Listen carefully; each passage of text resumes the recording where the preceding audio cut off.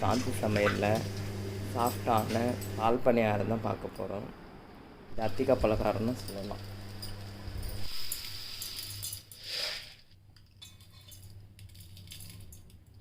அரை உளுத்தம்பருப்பு, பொடி, பச்சரிசி போட்டு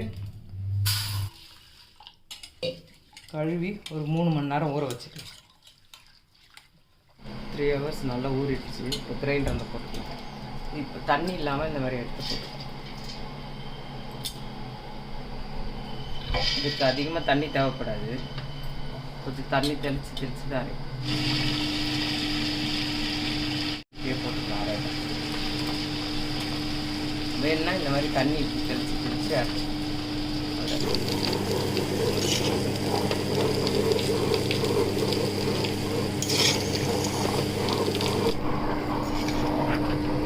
நல்லா மசிஞ்சிடுச்சு. இந்த மாதிரி பந்து மாதிரி அதான் நம்ம உண்டை பிடிச்சி போகிறதுக்கு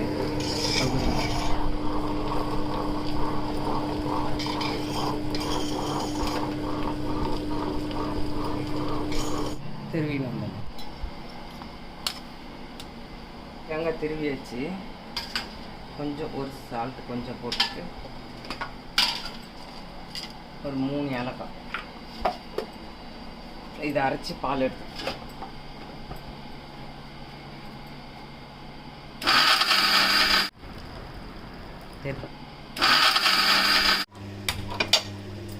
காஞ்சிடுச்சு. எண்ணெய் ஊற்றிக்கலாம். இதுக்குள்ளே நம்ம இந்த தேங்காய் பால் ரெடி பண்ணிக்கலாம். தேங்காய் பால் ஃபில்டர் பண்ணியாச்சு. அதில் ஒரு அரை கப்பு நம்ம பால் ஊற்றி,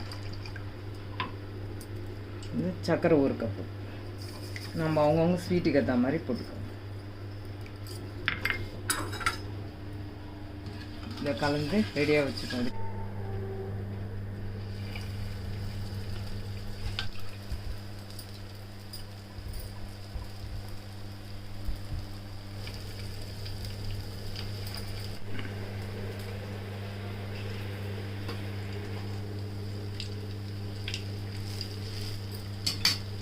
இப்போது அதிகமாக ஆயில் வேணான்றவங்க இந்த மாதிரி குழி பணியாரம் கல்லில் கூட கொஞ்சமாக இந்த மாதிரி ஆயில் போட்டு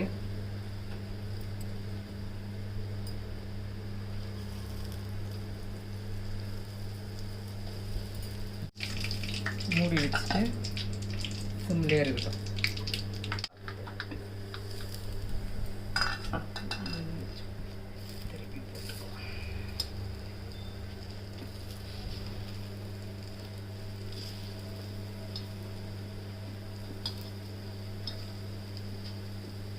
இது ரொம்ப ஆயில் சாப்பிடாதவங்களுக்கு இது மாதிரி செஞ்சு தேங்காய் பாலில் போட்டு கொடுக்கலாம்.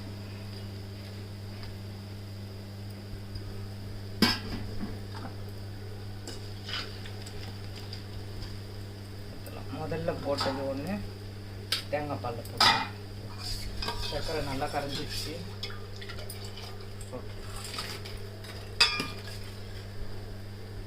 ஊறட்டும்.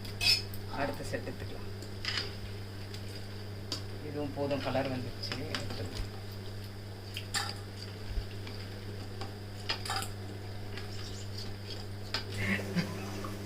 நல்லா இருக்கா ஜி?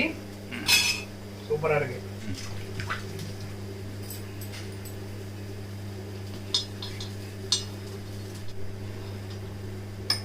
ஆஃப் பண்ணிக்கிறேன்.